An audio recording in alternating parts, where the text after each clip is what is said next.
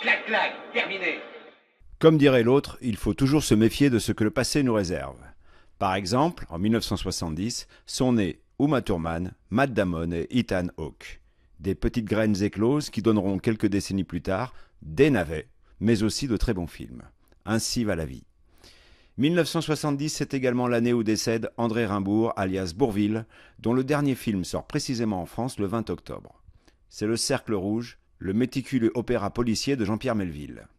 Il y joue un flic sombre et opiniâtre.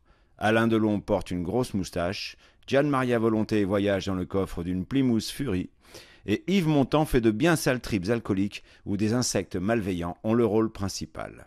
Mais écoutons plutôt Bourvil. Monsieur Mattei, vous ne saviez pas qu'un suspect doit être considéré comme un coupable? Pas pour moi, monsieur l'inspecteur général. Il m'est passé entre les mains tant de suspects qui étaient innocents. Vous voulez rire? Il n'y a pas d'innocents. Les hommes sont coupables. Ils viennent au monde innocents, mais ça ne dure pas. Monsieur l'inspecteur général, mon directeur vient de vous dire que seule la chance peut rattraper vos gels, dorénavant. La chance est moi, en vérité. Yves Montand, on le retrouve plus lucide, mais dans une bien sale situation également, dans L'aveu de Costa Gavras. D'après un récit autobiographique d'Arthur London, le film est un réquisitoire sans concession contre les régimes totalitaires. Et aussi, de la part de Montand, une sorte de mise à jour de ses prises de position pro-communistes. Zabotski, qui a été arrêté après toi, a avoué immédiatement. Et il continue, parce qu'il sait que c'est la seule issue. Mais tout est faux. Le Parti français et les organisations de la résistance ont des documents officiels. Vous pouvez tout vérifier, toute mon activité. Tu ne peux rien contre ces aveux. Et d'autres commencent à avouer, dans le même sens. Crois-moi, ici, tout le monde avoue. Et comme tu étais leur chef, tu n'as pas une chance de t'en tirer.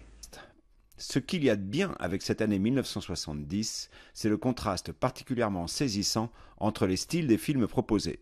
On peut se faire une soirée qui commence par La Nuit des Morts Vivants, de Georges Romero, et se finir devant Peau d'âne de Jacques Demy. Les affreux zombies contre le visage boueux et la pelisse puante de Catherine Deneuve. Mon cœur penche plutôt pour la fable au délicieux anachronisme. Comme c'est triste. C'est peut-être triste, mais c'est comme ça. De toute façon, quelque chose ne marche pas. Mon charme n'agit plus. S'userait-il? Un charme peut-il s'user comme un habit? Non, mais il peut faiblir, comme une pile. Une pile? Que voulez-vous dire? Rien. Je vieillis. Mais les faits ne vieillissent pas. C'est vrai, j'avais oublié. Néanmoins, mon pouvoir sur les hommes diminue. Mon charme sur votre père n'opère plus. Dans ce même cycle des univers antagonistes, on peut opposer, tout en regardant ces deux excellents films, l'outrancier Mash de Robert Altman et le rugueux Kess, premier long métrage de Ken Loach. Disons qu'il y en a un où on se marre pas mal et l'autre beaucoup moins. You know, there's something weird about it when it's flying. Yeah, what's that box that best flies there is? No, I didn't mean that. I mean, when it's flying, there's something about it makes you feel strange. Is it because everything goes quiet? That's it, aye. Other folks have noticed that too, sir.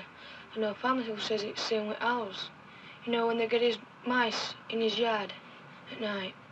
You know, when they swoop down, he feels like poking his ears to make them pop. Mm-hmm.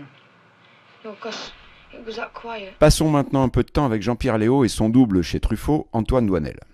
Baiser volé est le 3e chapitre de ses aventures, si l'on compte le court-métrage Antoine et Colette.